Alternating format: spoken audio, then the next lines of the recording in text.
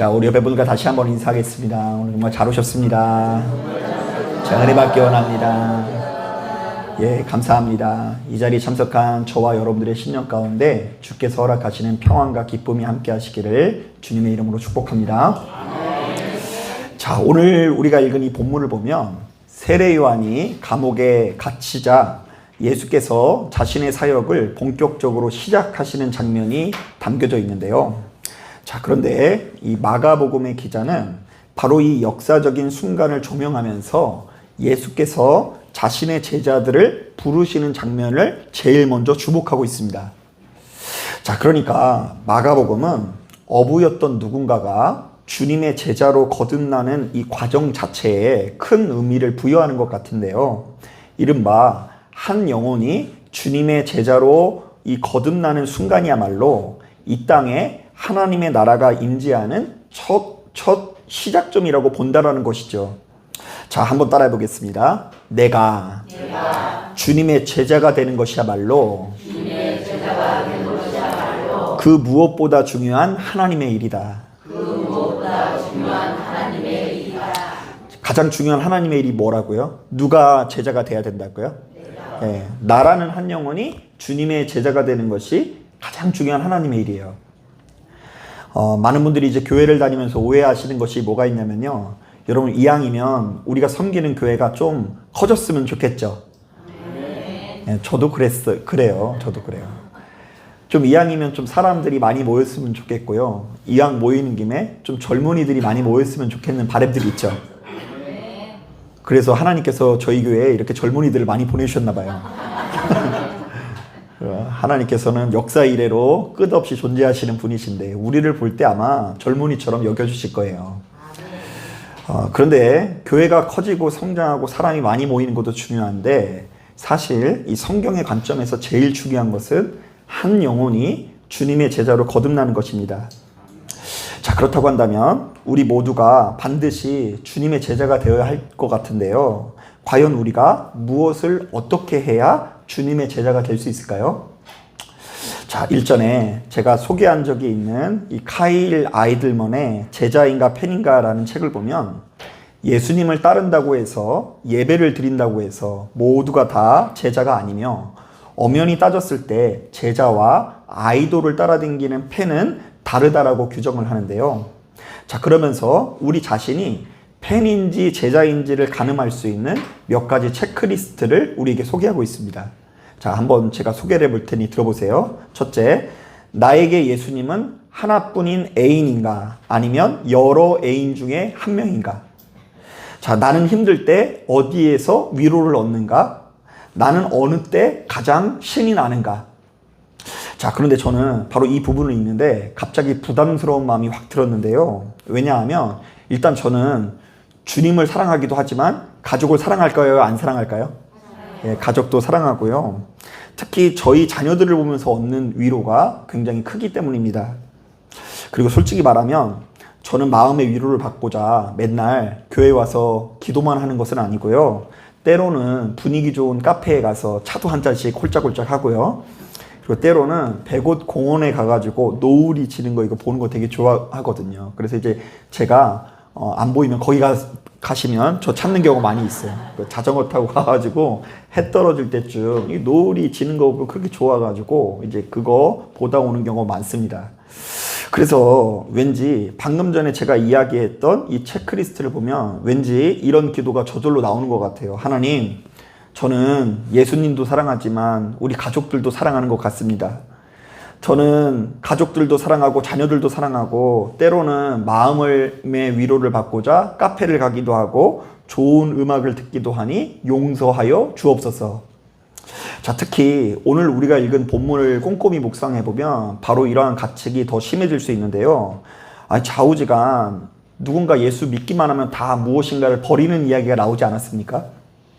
어부였던 제자들이 예수를 믿고서 무엇을 버렸다고 하죠? 그물을 버렸다고 이야기하고요. 본문에 나와 있지는 않지만 다른 말씀을 보면 예수님의 제자들이 배를 버려두고 예수를 따랐다라는 표현도 담겨 있습니다. 자, 그런데 여기뿐만이 아닙니다. 주님을 만난 사람들마다 좌우지간 이것저것 다 버리는데요. 요한복음 4장을 보니까 물을 기르러 온 사마리아 여인이 물동이를 버려두고 가서 전도를 했다고 하고요. 심지어 누가복음 5장을 보면 세리였던 레위는 모든 것을 다 버리고 예수를 따랐다고 합니다. 자, 그렇다 보니 바로 이런 말씀 앞에서 우리 마음이 여간 부담스러워지는 것이 아닙니다. 왜냐하면 우리가 예수를 믿기는 하지만 충분히 버리고 있다는 것에 대한 확신이 부족하기 때문입니다. 자, 여전히 우리의 소나기에는 뭐가 있어요? 그물이 있고요. 물동이가 놓여 있고요. 모든 것을 버려두기보다 강하게 움켜쥐면서 기도할 때가 참 많이 있죠. 자, 그런데 과연 이렇게 아무것도 버리지 못하고 아무것도 포기하지 못하는 우리가 주님의 참된 제자라고 할 수 있을까요? 자, 그런데 엄연히 따졌을 때 본문의 포인트는요, 제자들이 무엇인가를 버리는 것에 있는 것이 아니라 그들이 복음을 영접했다라는 것에 있는데요. 이른바 제자들이 그물과 배를 버려두게 된 것은 복음을 영접한 자에게 나타나는 당연한 현상으로서 그들이 복음을 영접하고 보니까 지금껏 내가 소중히 여기던 무엇인가가 참 별거 아닌 것처럼 느껴지게 되었다라는 것이죠. 자, 그러니까 어부였던 제자들이 그물을 버렸다라는 것은 그들이 기계적으로 순종하고 기계적으로 윤리를 이렇게 수준 높은 윤리를 나타내는 것이 아닙니다.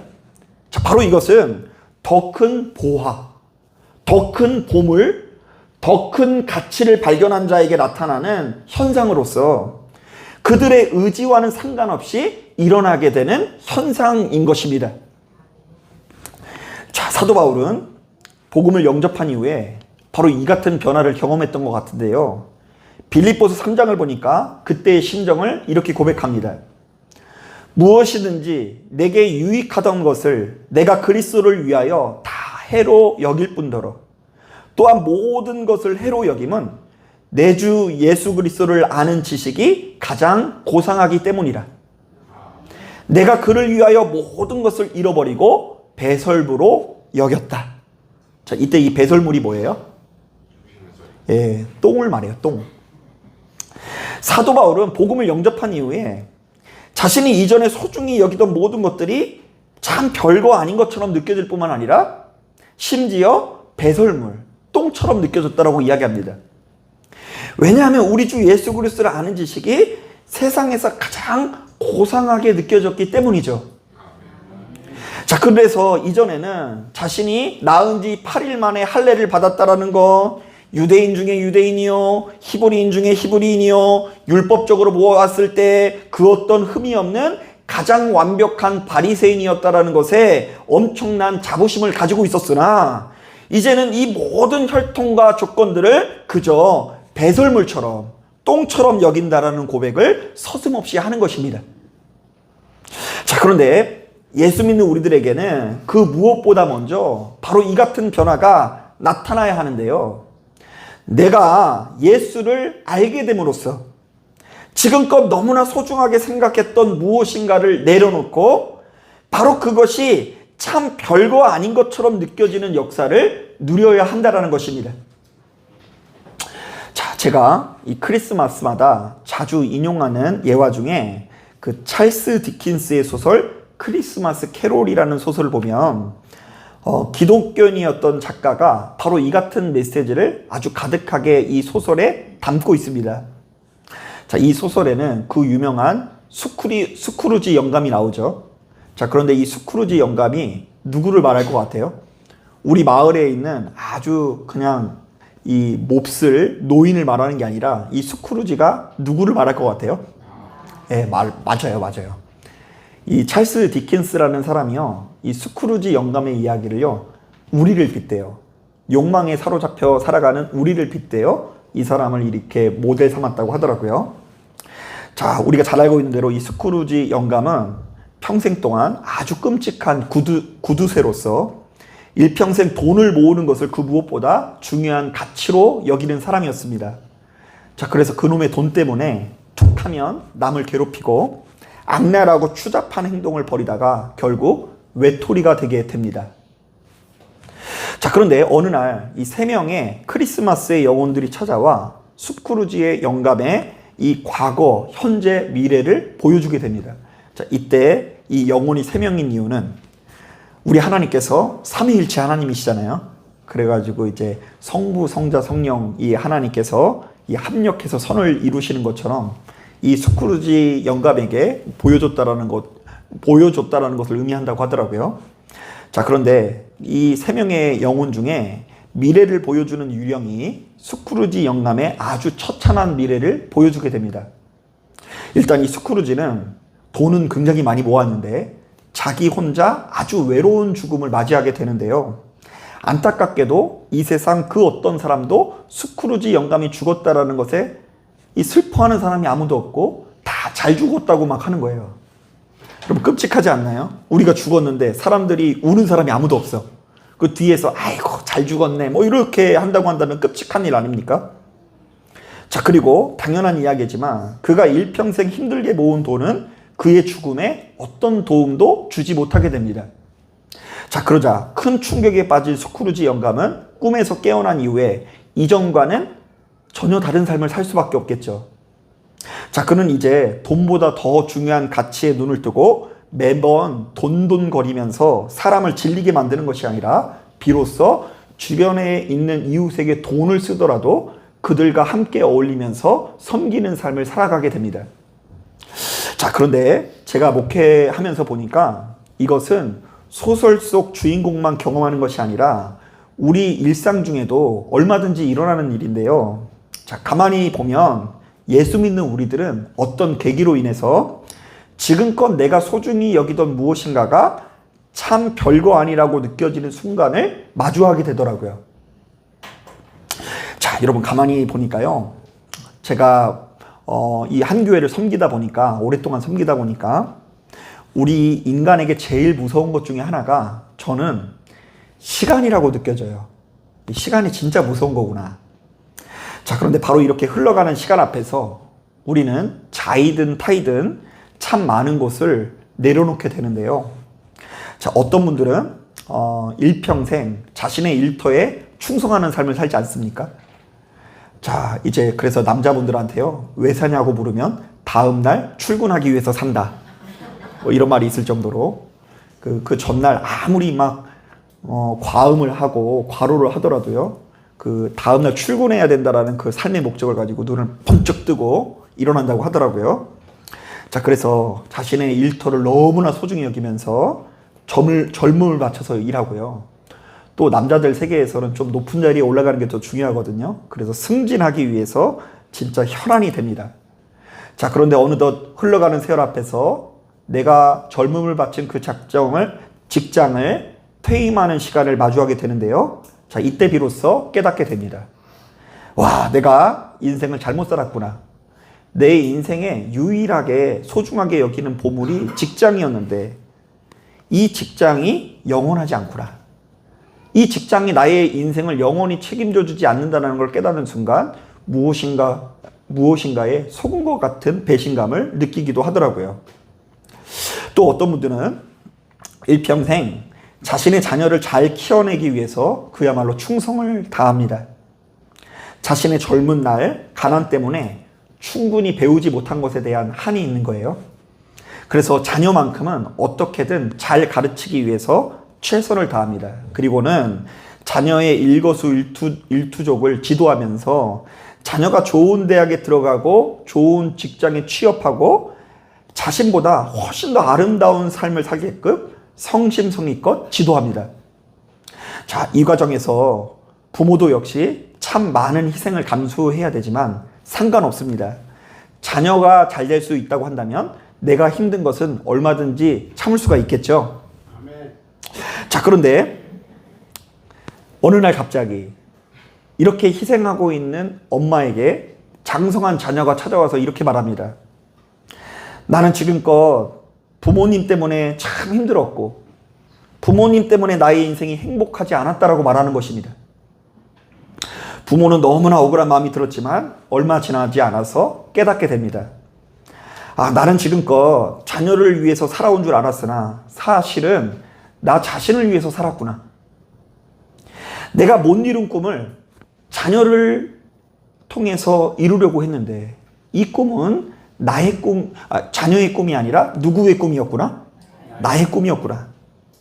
자녀의 인생은 자녀의 것인데 내가 그것을 지나치게 좌지우지하려고 했다가 내가 이렇게 고난을 당하는구나.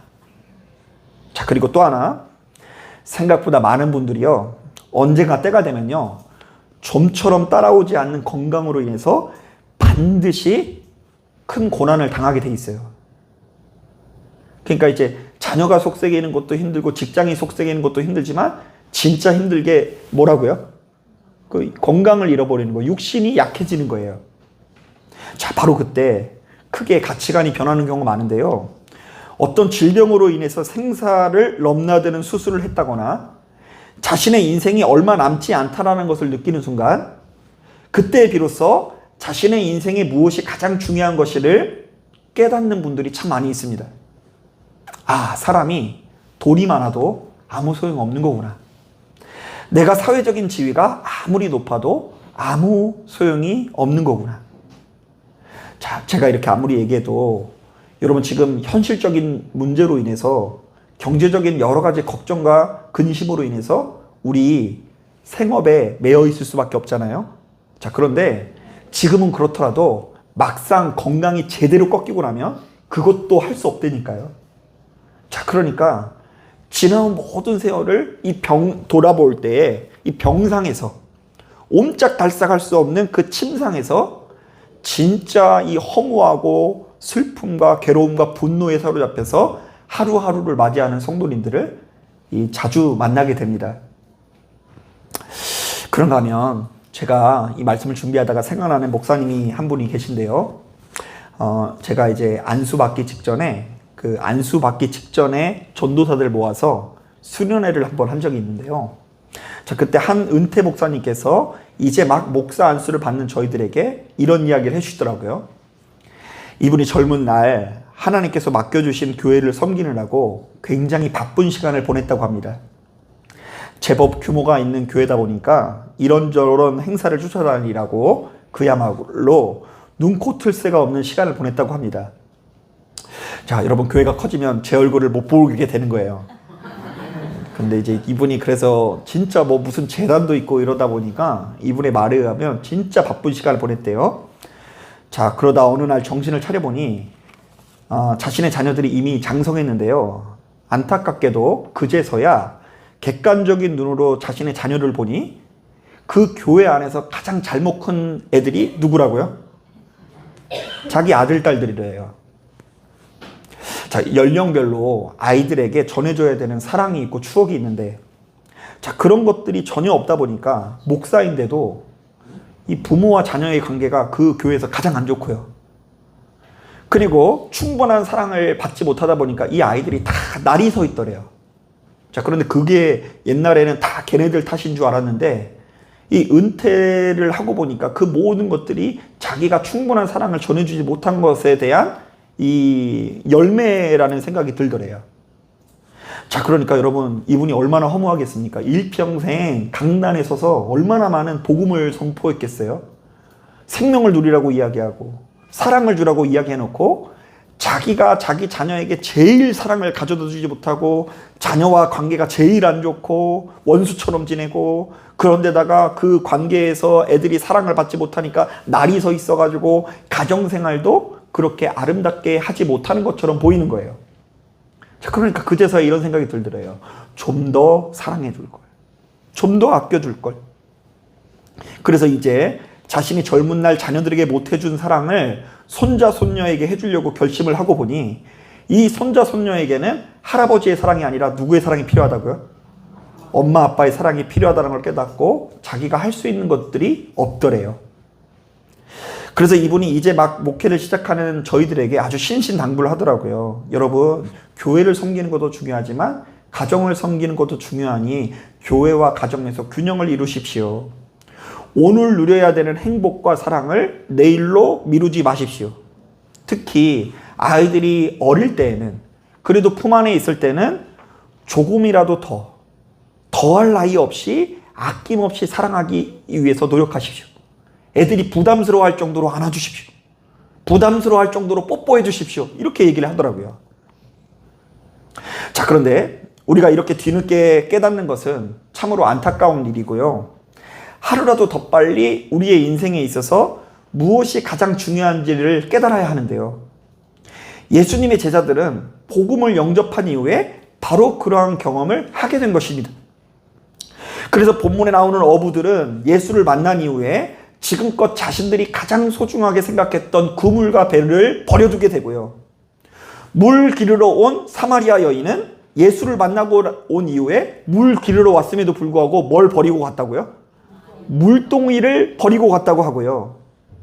사도 바울은 복음을 영접한 이후에 자신이 이전에 소중히 여기던 모든 것들이 마치 배설물처럼 여겨진다라는 고백을 하는 것입니다. 여러분, 오해하지 마세요. 이것은 먹고 사는 것이 중요하지 않다라는 이야기를 하는 것이 아니라 그것이 전부가 아니며 그보다 중요한 것이 있다라는 것을 깨닫게 되었다라는 것인데요. 이른바 사람이 떡으로만 살아가는 존재가 아니라 하나님의 말씀의 지도를 받아야 하는 존재라는 것을 깨달았다라는 의미입니다. 그러니까 여러분, 교회가 나와서 예수 믿는 사람이 아니라, 교회에 나와서 지금 내가 이 자리에 앉아 있어서 예수 믿는 사람이 아니라, 사람이 떡으로만 살아가는 존재가 아니에요. 돈으로만 살아가는 존재가 아니에요. 세상에서 성공으로 살아가는 존재가 아니에요. 하나님께서 우리에게 알려주신 사랑을 베풀면서 살아야 되는 존재이며 하나님의 말씀의 지도를 받아야 되는 존재라는 것을 깨달으니까 우리가 제자인 거예요. 사랑하는 여러분, 예수 믿는 우리들은 하루라도 빨리 내려놓아야 할 것을 내려놓아야 하고요. 버려야 할 것을 버려야 할 줄로 믿습니다. 좀 더 정확히 말하면 지금껏 우리들은 어떻게 살아야 내 인생이 더욱 아름답고 영화로워지는지를 알지 못했거든요. 우리도 처음 살아가는 거잖아요. 20대가 처음이고 30대가 처음이고 40대가 처음이고 매일 모든 순간이 처음이다 보니까 잘 알지 못해서 너무 열심히 살긴 했으나 세상 사람들이 바라고 동경하는 모습과 크게 다를 바 없는 것을 동경하며 살아갈 때가 많이 있었다는 것이죠. 하지만 우리 주 예수 그리스도를 마주하고 보니, 그분의 말씀을 듣고 복음을 영접하고 보니 지금껏 내가 소중히 여기던 보물들은 더 이상 보물이 아닐 뿐더러 지금껏 나는 너무나 어리석고 형편없는 모습으로 살아갔다는 것을 가슴 깊이 깨닫게 되었다는 것입니다. 여러분, 잘 들으세요. 사실 많은 사람들이 우리의 인생이 뜻대로 흘러가지 않을 때마다 크게 두 가지 태도를 보입니다. 자, 우리의 인생이 뜻대로 흘러가지 않으면 많은 분들이 어떤 자세를 보이는지 아세요? 첫 번째, 그럴수록 내가 잘한 것만을 기억하면서 더더욱 내 자신을 방어하기 시작합니다.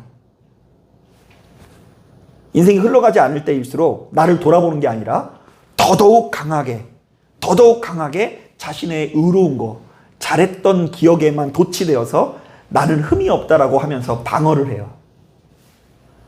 그게 거짓말인지 아닌지는 중요치 않아요. 그게 막 습관이 되어 있으면 막 방어를 철저하게 한다니까요.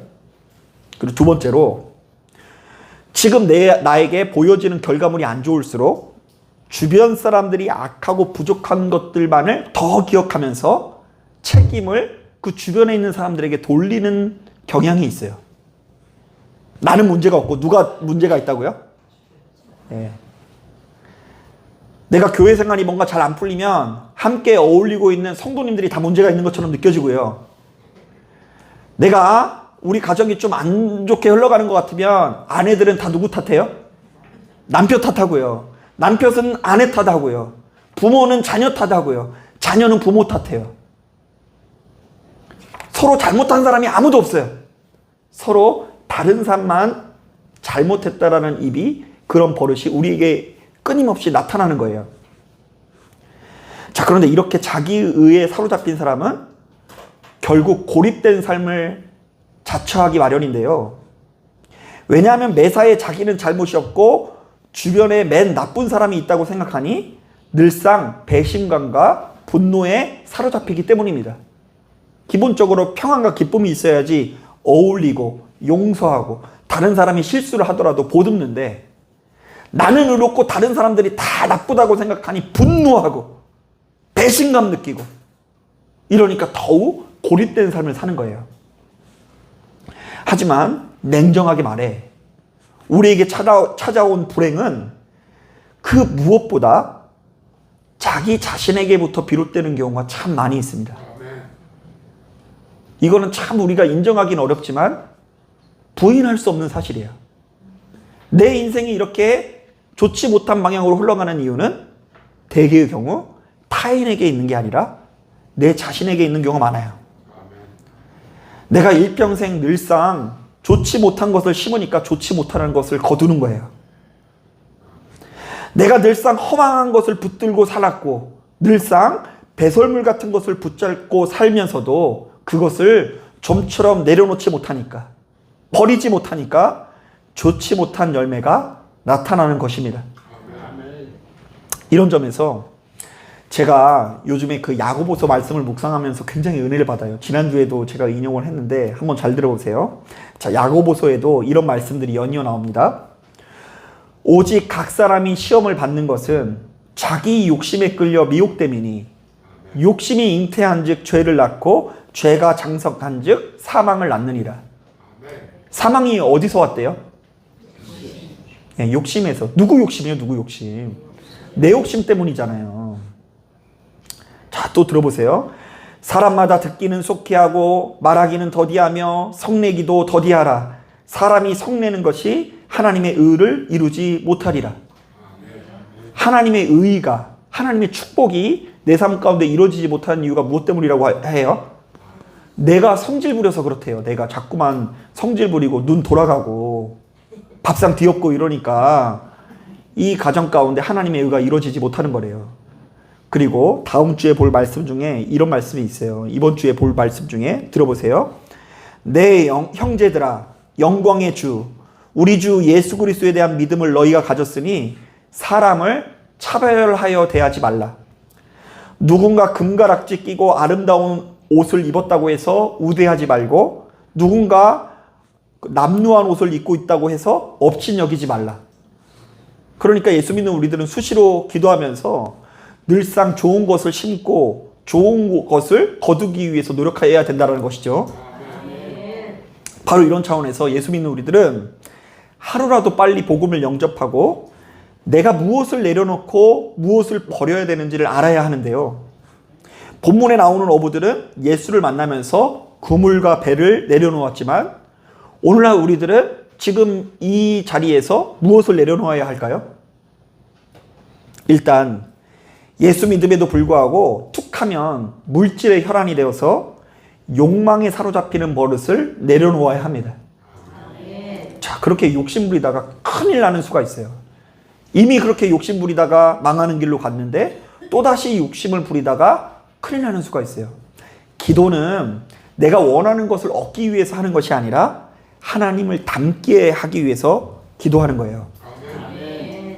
그래서 나의 욕망을 꺾는 게, 나의 욕망을 내려놓는 게 기도예요. 기도 안 하고선 그걸 내려놓을 수 있는 방법이 없는 거예요.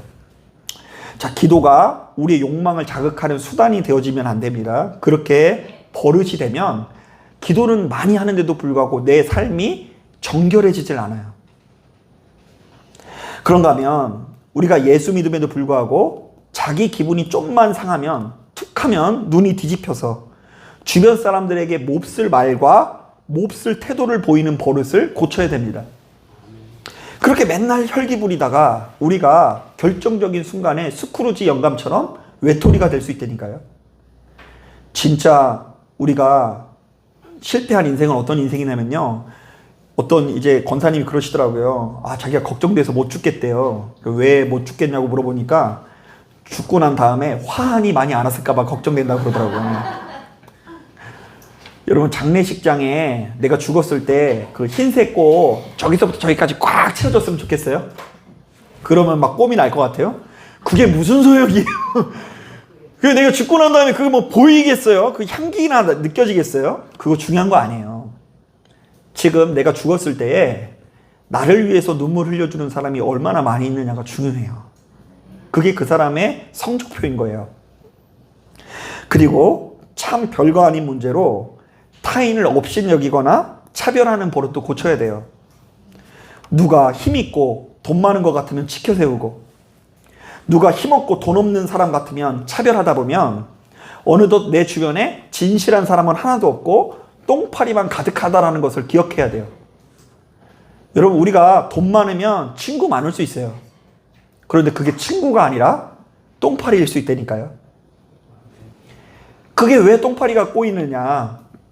우리가 무엇이 제대로 된 것인지를 분별하지 못하고 살았기 때문이에요. 내 주변에 사람이 많다고 해서 열광하지 마시고, 기뻐하지 마시고, 그 사람들이 나를 치켜세운다고 해서 흥분하지 마시고, 지금 내가 정말로 무엇이 정말로 진리인지를 깨닫고 내 주변에 얼마나 진실한 친구가 있는지를 돌아볼 수 있어야 돼요.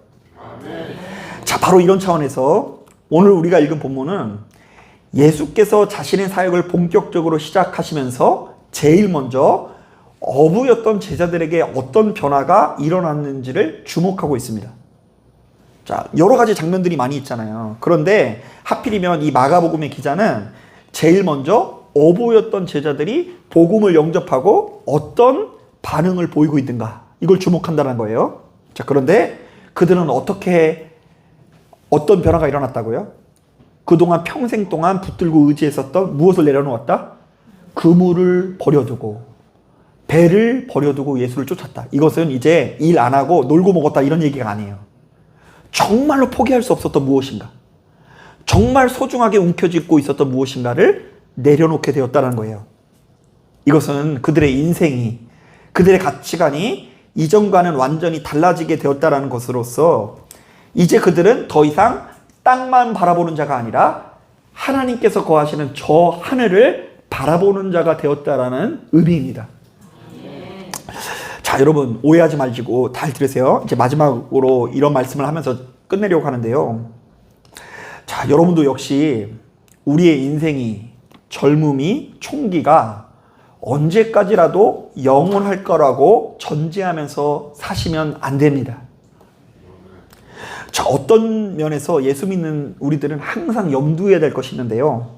항시 죽음을 염두하고 저 천국을 염두하면서 살아가는 사람이 예수 믿는 사람이에요. 지금 저 사람이 돈을 잘 번다고 해서 내일도 잘 벌 거라고 생각하시면 안 돼요. 지금 내가 잘 나간다고 해서 내일도 잘 나갈 거라고 여겨서는 안 돼요. 그렇게 하루하루를 살다 보면 자꾸 인생이 잘못된 방향으로 설게 된다니까요. 우리는 항상 죽음을 염두하고 저 천국을 염두하면서 살아가다 보니까 내일 죽는다고 생각하니까 지금 오늘 이 하루를 더 가치 있고 아름답게 살면서 내게 허망한 것이 무엇인가를 분별하면서 버리는 삶을 누리게 되는 거예요.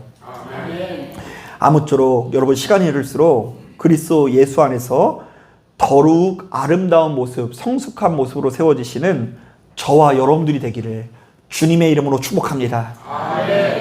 자, 기도하겠습니다.